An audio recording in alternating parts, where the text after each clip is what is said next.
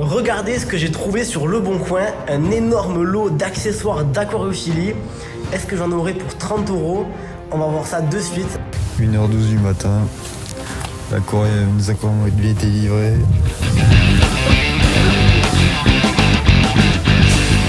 Bonjour à tous, aujourd'hui on se retrouve pour l'aquavlog numéro 5. Aujourd'hui au programme des aquariums, de l'accessoire et un peu d'entretien.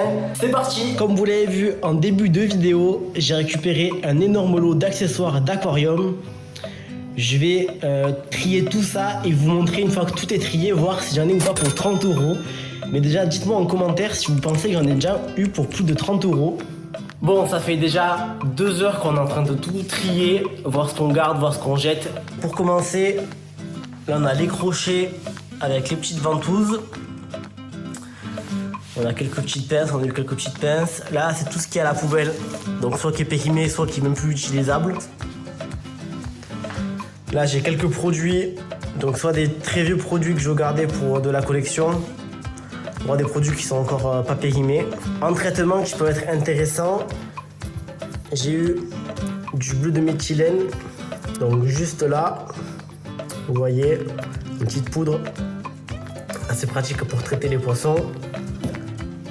Là j'ai eu du Mycopure de chez Serra, voilà, qui n'est pas périmé encore. Là le plus intéressant, j'ai eu pas mal de rampes d'éclairage.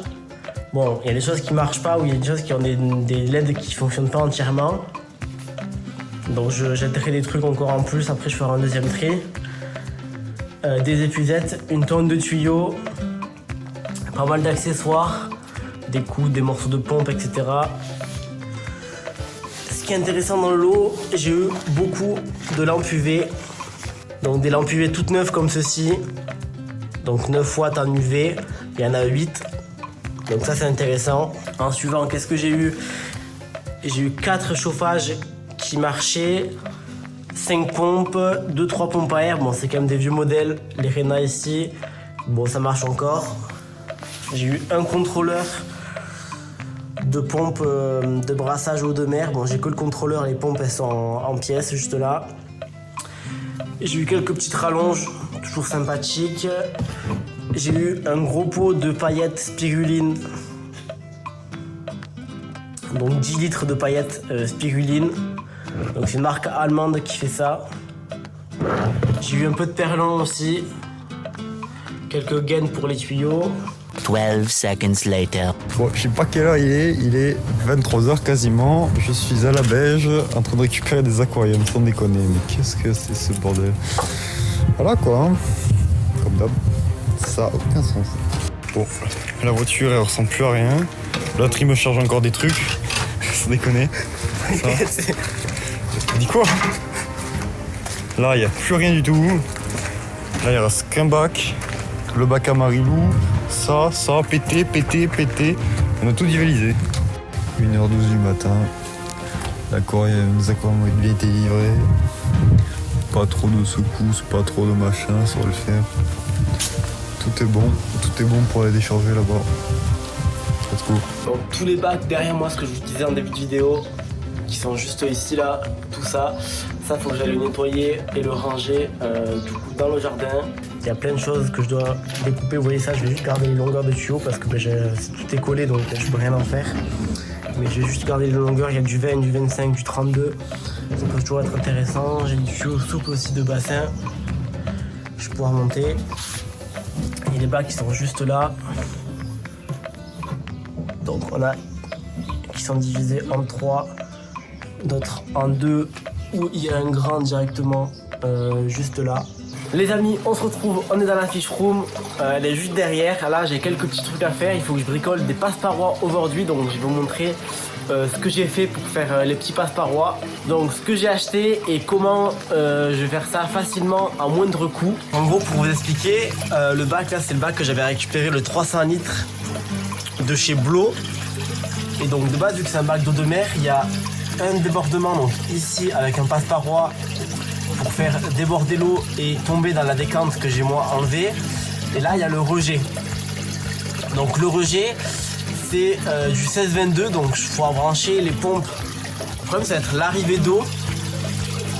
Je peux pas faire de débordement Pour pallier à ça, j'ai acheté un passe-paroi comme ceci, donc traversant, du tuyau PVC en 25, où d'un côté je me suis fait une canne d'aspiration, donc avec un coude, une longueur de tuyau, un manchon avec une petite crépine.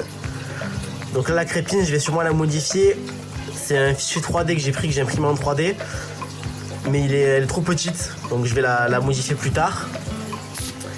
Et de l'autre côté un coude, du tuyau PVC, un réducteur de 25 vers 20 et j'ai acheté un adaptateur PVC 20 vers du 16-22. Et donc j'ai fait ça des deux côtés, ce qui va me permettre d'utiliser les trous prévus de base pour les descentes en tant que canne d'aspiration.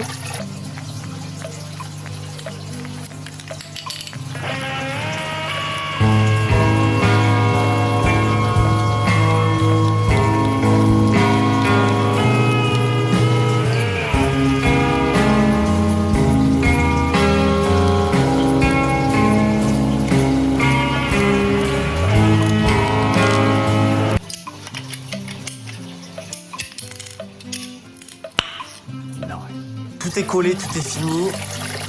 Les tuyaux du fond, je les ai collés à la colle PVC pression.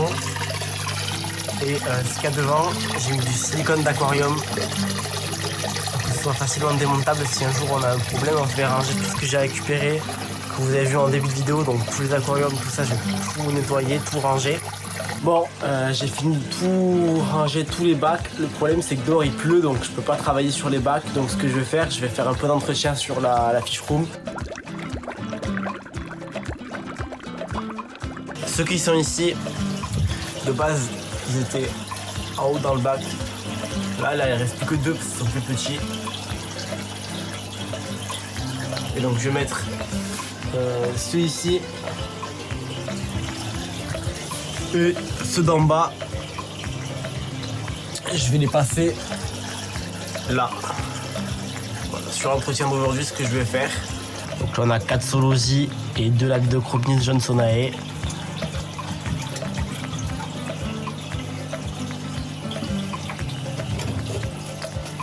Pour l'autre aquarium, avec 4 petits poissons, je vous mettrai le gel à l'écran parce que je sais plus, je crois que c'est du Métria Climat, mais je sais plus tout à fait le gel. Je sais pas si des gens qui connaissent cette marque, dites-moi, c'est ce que j'ai eu en début de vidéo.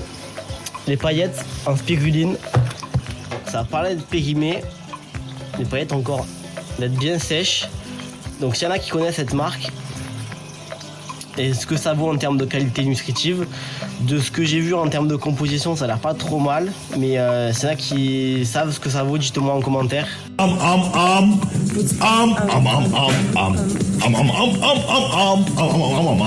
N'oubliez pas de liker, commenter et partager la vidéo. Je vous dis à la prochaine. Ciao.